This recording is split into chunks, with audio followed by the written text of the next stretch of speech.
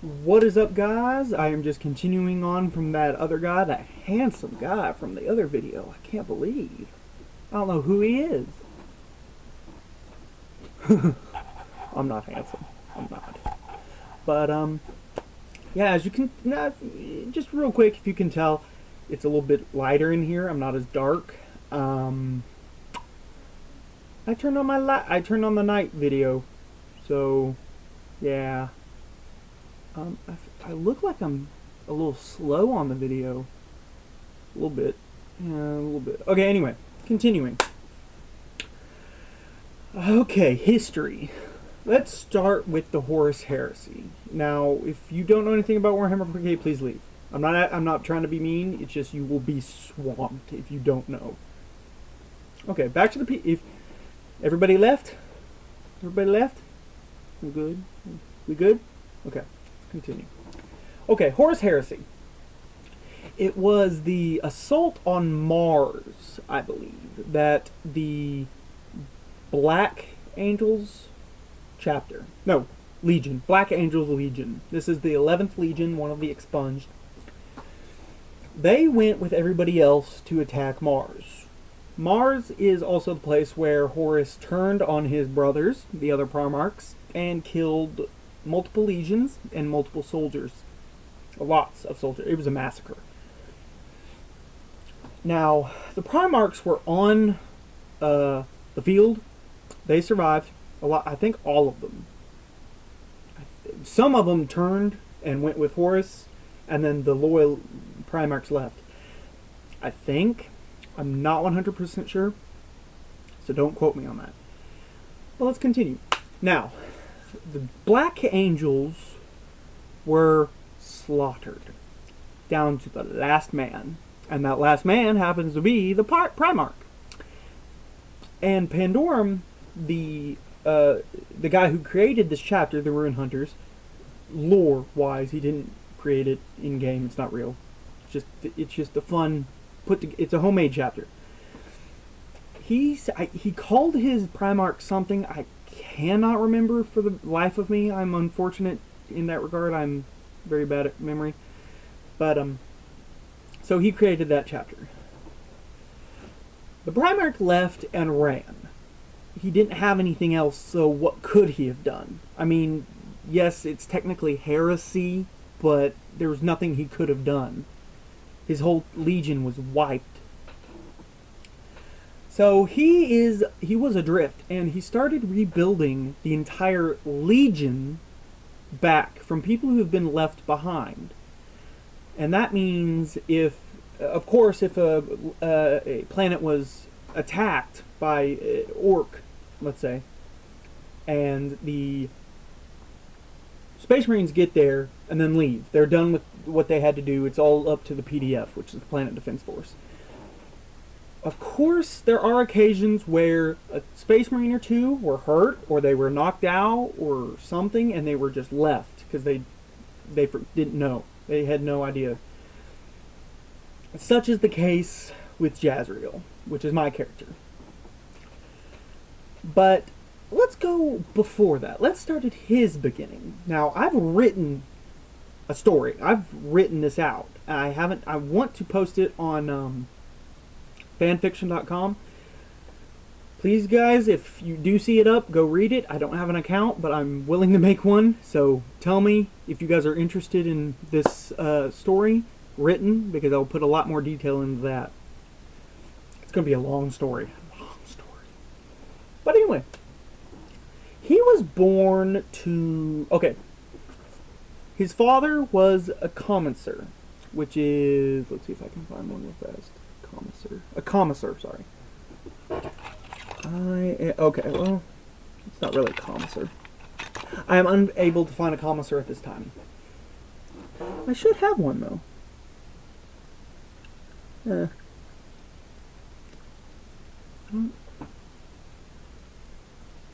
Really? Oh, here we go. I found one. Okay.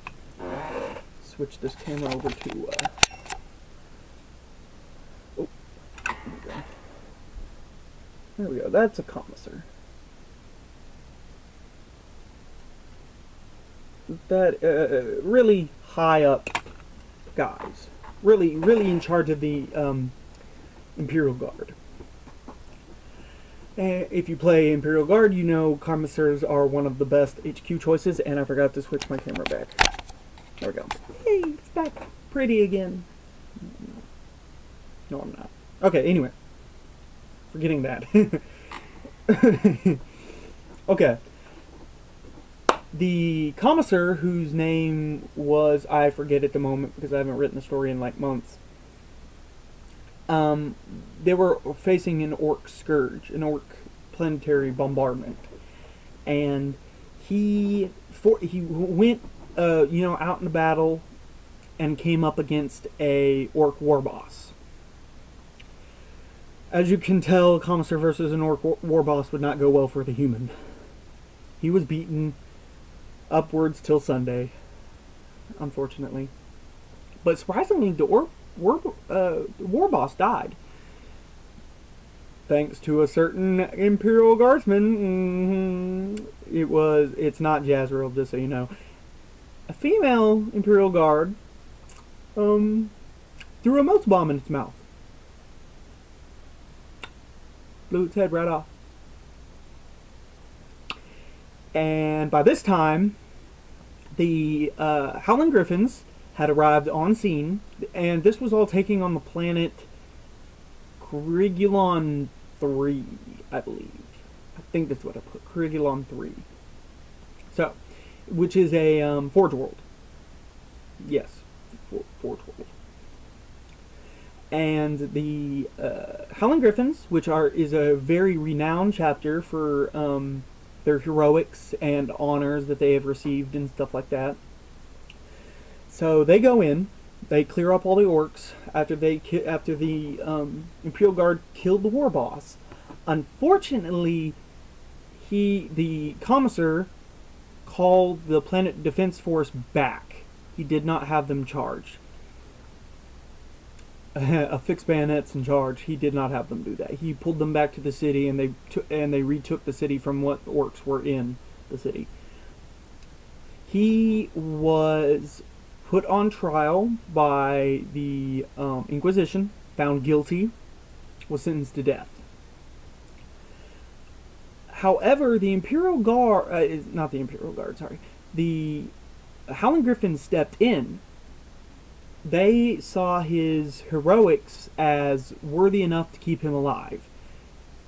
He was stripped of his rank and placed on Aurora 2, which is Jasriels' home planet. It is also one of the major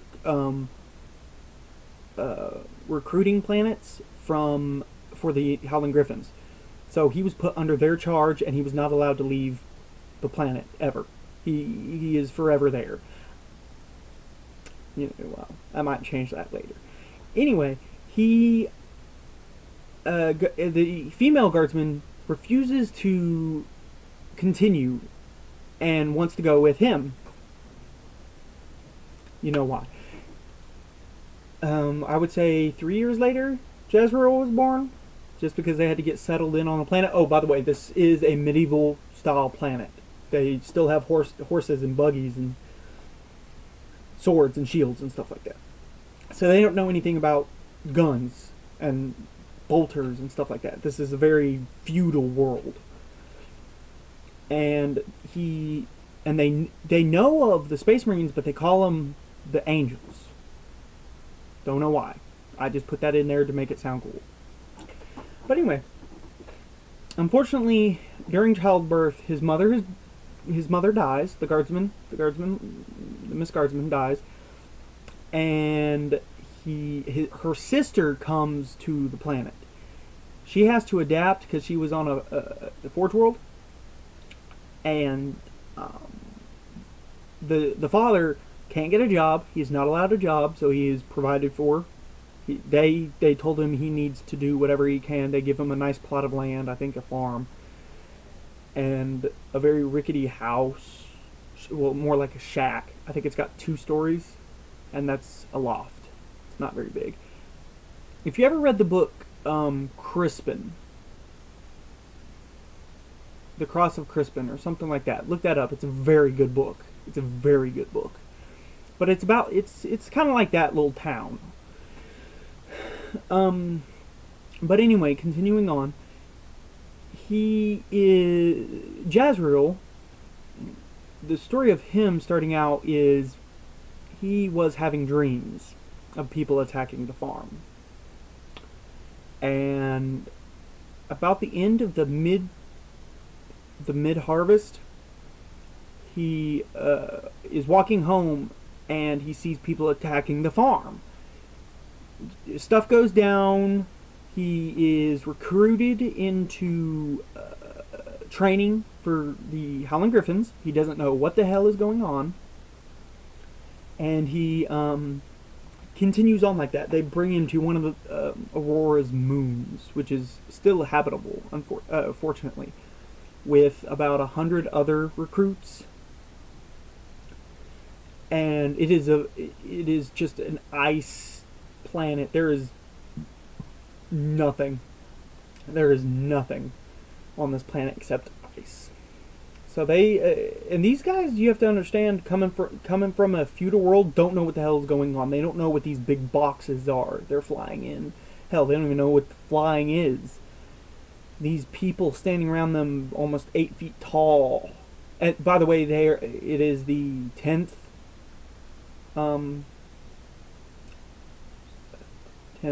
company, so it's the recruiting company. So they're not full Space Marines. They're kind of halfway there, I would say. They've still got like implants to go and whatnot. But yeah, they see these guys that are tall and muscular, and they don't know who the hell they are. They don't know what's going on. So they're split up into groups once they are told what's going on. They aren't specifically told this is Space Marine. They're not told that. It's alluded to, but they're not told flat out.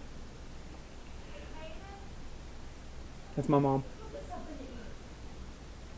And what happens is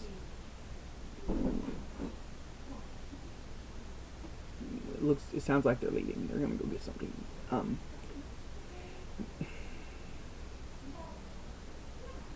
me close the door.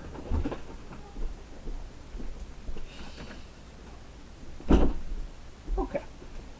Continuing on, they are told that they have to complete a trial to stay alive, which is technically true.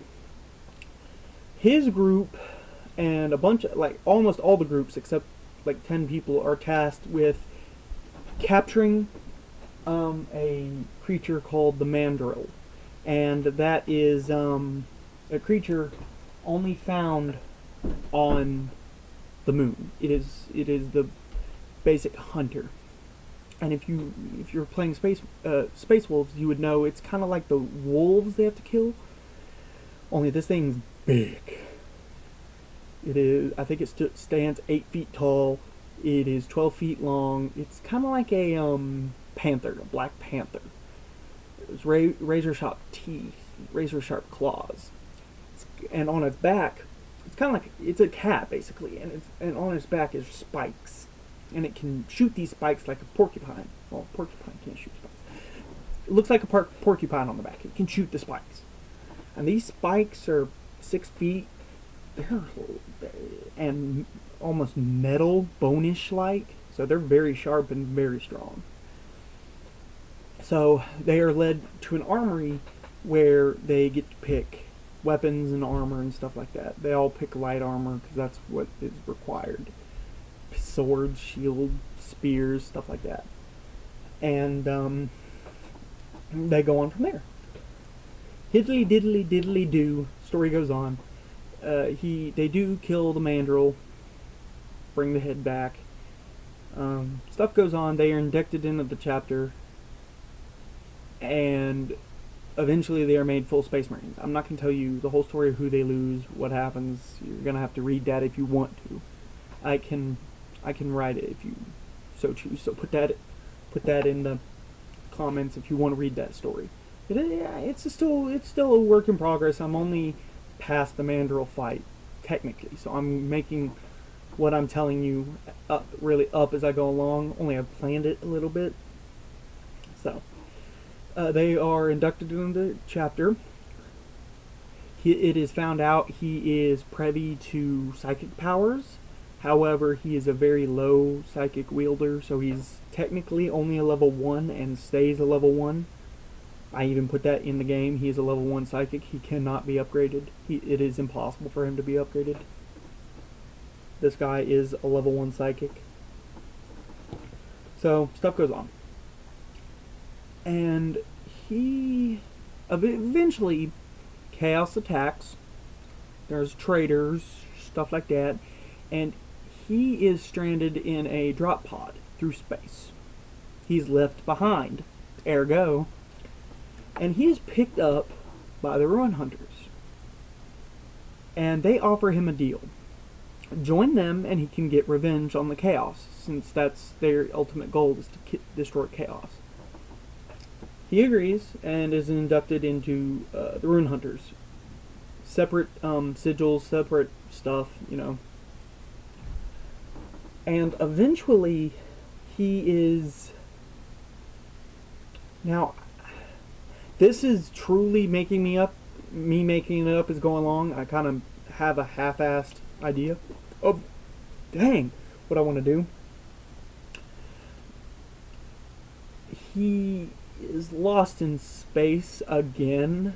However, before he was made third company captain, after the previous captain of first company left for some unknown reason, third company's captain stepped in and took first company's captain and spot, and he took over for third company. However, he was not made third company captain. He's more like the second in command. So, I mean, or maybe even third in command. Deal is, they were on a mission to kill some chaos on the planet of Babylon. Babylon 6, I believe. I think that's what I'm going to put. I have it all plans and whatnot. Anyway, and the planet is sucked into a warp gate, a warp storm. The planet is gone. However, he was only tasked a small ship, a couple companies of Imperial Guard, which are Ruin Guard, because they were most likely the not left behind on planets. And he was left with a couple brother Dark Angels, Space Marines, Ultramarines, just a mishmash of people. They're all Ruin Hunters through and through, but they never forget the roots. They never forget their roots. And it goes on from there. The planet is trapped in the warp storm. It can't move. Therefore, it's kind of suspended in time. And however, usually you'll have shields or psychic people defending the ship and or other things from warp entities. The planet doesn't have this, so it is besieged by warp spawn and just evil shindig.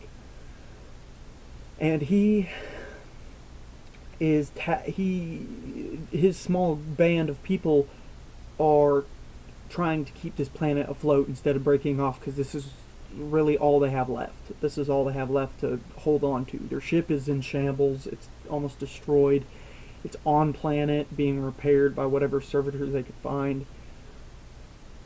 And while they're getting attacked, out of the darkness comes a small group of other Space Marines that were also trapped. They've been there for years. Now, this is a very small band. This is like maybe 4 squads and a couple dreadnoughts. Unfortunately, it does not end well for them. And the new arrivals are trapped between the warp spawn and the group that was attacking, new warp spawn and the group that was attacking the Ruin Hunters. And they were just systematically slaughtered. It just came down to that. the Dark Angels of the group knew who these new rivals were, which were the Angels of Redemption. And they are seeking the traitors of the Dark Angels, because they had this whole storyline of traitors and whatnot. But they became systematically trapped because they followed the traitors into a warp storm. Stupid in my opinion, but hey, sometimes you do with what they are with what they are alleged to have done. This is not too far-fetched for them. But a lone dreadnought survives. Cassius O'Donnell, no, O'Shawn, I can't remember what I did. He is heavily damaged, can really not even function. However, they have a Imperial Knight on board, and they put him into the Imperial Knight. The Knight's carrier was destroyed when the ship was the Knight's paladin driver was killed when the ship was half destroyed. So they still had the shell, they just didn't have the body. So they moved basically the full dreadnought body into the Imperial Knight, and that is where he sits still. He is still called the Angels of Redemption, but however he is friends with the Ruin Hunters now.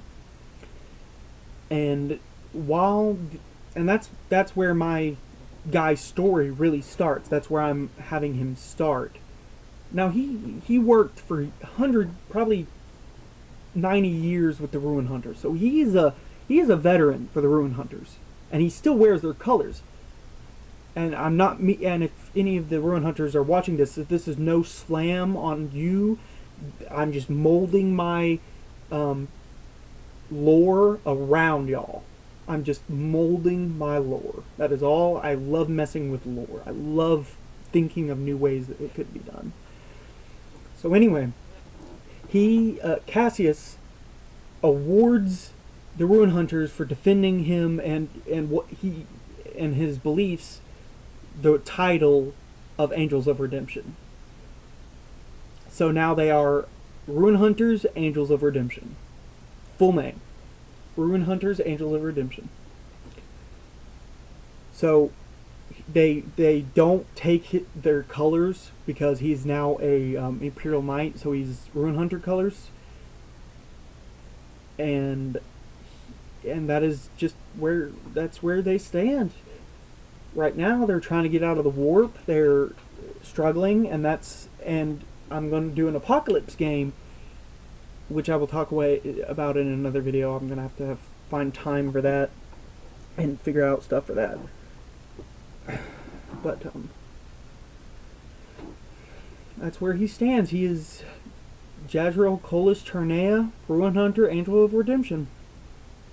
That's basically it. A former Howling Griffin, captain or third commander of 3rd Company. That's really it. I mean, that's his story. I'll get more into that when I write it. I'll get more into his story. Oh, something I forgot to mention. When they moved his dreadnought body into the Imperial Knight, he couldn't take his weapons, of course. He's already merged with the dreadnought. However, he awarded Jasriel this, which is a halberd that is usually used for the dreadnoughts. But I put it on this. I put it on him because I love halberds as a weapon. I love halberds as a weapon. So I gave it to him. I painted the let's see. There we go. I painted, as you see, I painted the blade blue with details in the middle.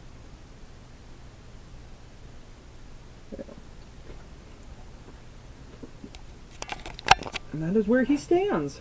It's a strength 10 AP1 weapon, and it has to be it's a close combat weapon.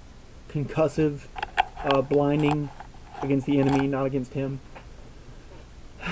And that's actual in his rules. I've made rules for this guy. I've made rules for this guy and everything. He is a so far legal unit. He is 170 points. He is very expensive. And when I play him, I know people say, "Oh, he's not legal. It's not made by Games Workshop, or it's not an actual model." Yes, he's not made by Games Workshop, and he's not condoned by Games Workshop. But if I play him, I have another guy I usually play. But if I want to play him, I usually ask my opponent. And if you make your own guys, ask your opponent if you can with their rules that you made. And if he says yes, you can play. If he says no, pick someone legal. It's not that hard to pick. But other than that, that is basically his story. And if you, as I said before, if you want to read his actual story, go on, just send me a message that says, "Hey, I want to read it. So can you please write it, or can you post it somewhere or something?" Yeah, I can do that once I'm done with it, of course. So it's going to be a little while. But, yeah. Oh, something I forgot to mention. The Dark Angels on the Roan Hunters implored Jasriel to take this chance for them.